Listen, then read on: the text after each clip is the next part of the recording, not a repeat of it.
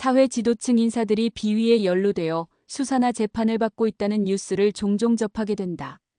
그런데 주목할 점은 이런 유형의 사건 대부분이 측근들의 제보나 고발로 시작되고 결정적 증거 또한 이들에게서 나온다는 것이다. 실제 수사기관이 유력 인사를 수사할 때는 그의 측근을 먼저 조사하여 범죄 자료를 수집하는 기법을 사용한다. 예를 들어 수사 대상이 고위 관료나 기업체 대표라면 그를 수행하는 비서가 조사의 우선 대상이 된다는 것이다. 역사적으로도 무소불위의 권력자가 하루아침에 권력을 잃고 나락으로 떨어지는 사례가 많은데 이런 경우 대개는 측근의 배신에서 비롯된다. 실제 측근의 배신으로 평생에 걸쳐 일으킨 나라를 송두리째 빼앗긴 군주가 있었다. 태봉국의 황제였던 궁예이다.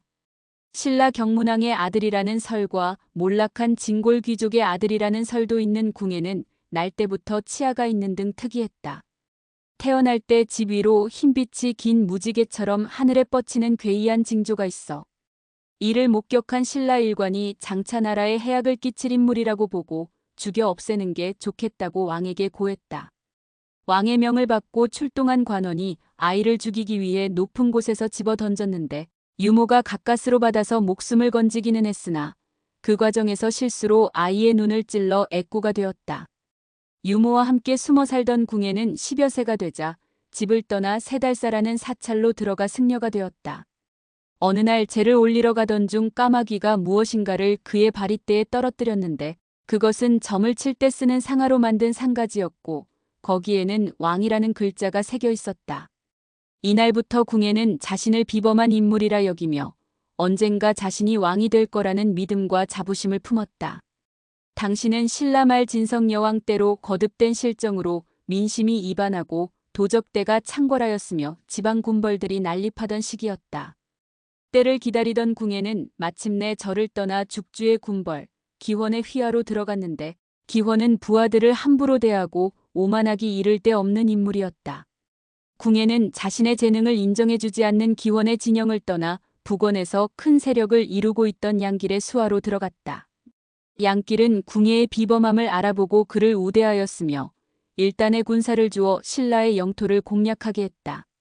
여러 성을 점령하여 자신감이 생긴 궁예는 절문을 나선 지 3년이 되던 해 장군을 자칭하며 양길을 배신하고 독립했다.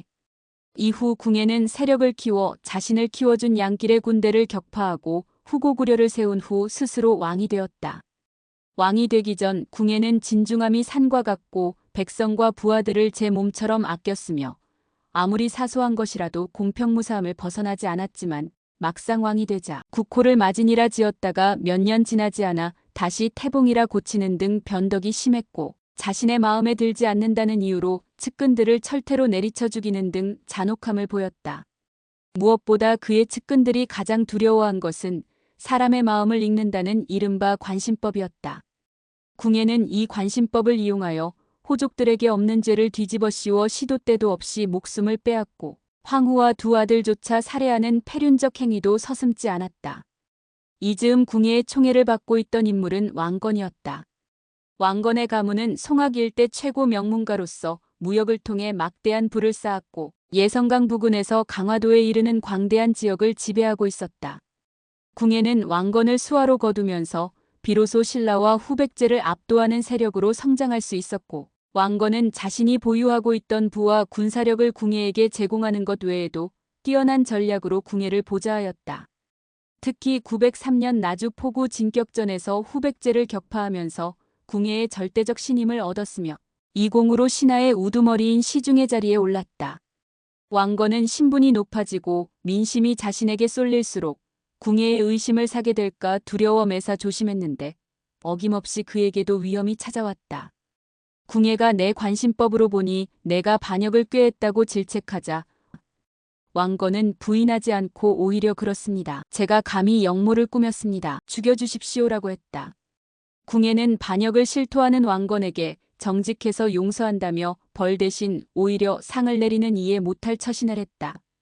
궁예의 실정을 예사롭지 않게 보고 있던 호족들은 궁예에 대한 충성을 거두는 대신 왕건을 대안으로 삼았고 기회를 노리던 왕건은 918년 6월 궁예를 몰아내고 고려를 건국했다. 궁예에게 왕건이라는 측근은 기회이자 함정이었다.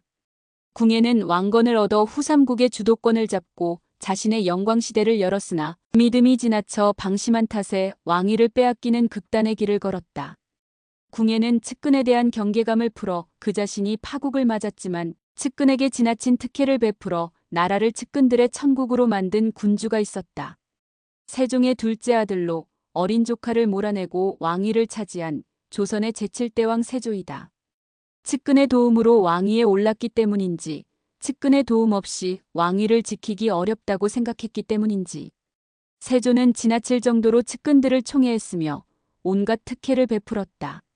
세조는 왕위에 올라 측근들을 공신으로 책봉하면서 내가 화가 위국하여 오늘이 있게 된 것은 누구의 힘이었던가, 그 깊은 공을 진정 잊지 못하겠노라며 그들을 칭송했는데 이 대목만 보더라도 세조가 측근들을 얼마나 중히 여겼는지 짐작할 수 있다.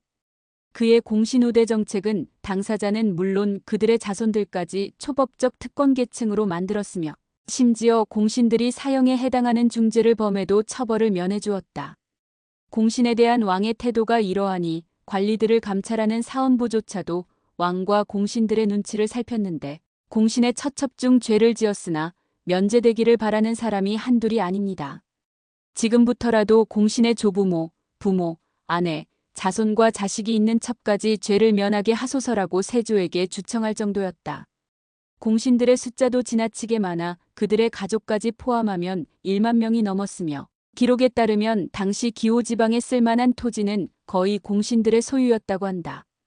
이때부터 조선은 백성이 아닌 공신들이 주인인 세상이 되었으며 이렇게 만들어진 거대한 기득권 세력은 자자손손 권세를 이어가며 국민의 삶을 나락으로 떨어뜨리는 시대적 폐단을 낳았다. 이에 반해 자신을 왕위에 올렸던 측근조차 가차없이 제거하고 그들의 발호를 철저히 차단한 냉철한 군주가 있었다. 조선의 제3대 왕 태종이다.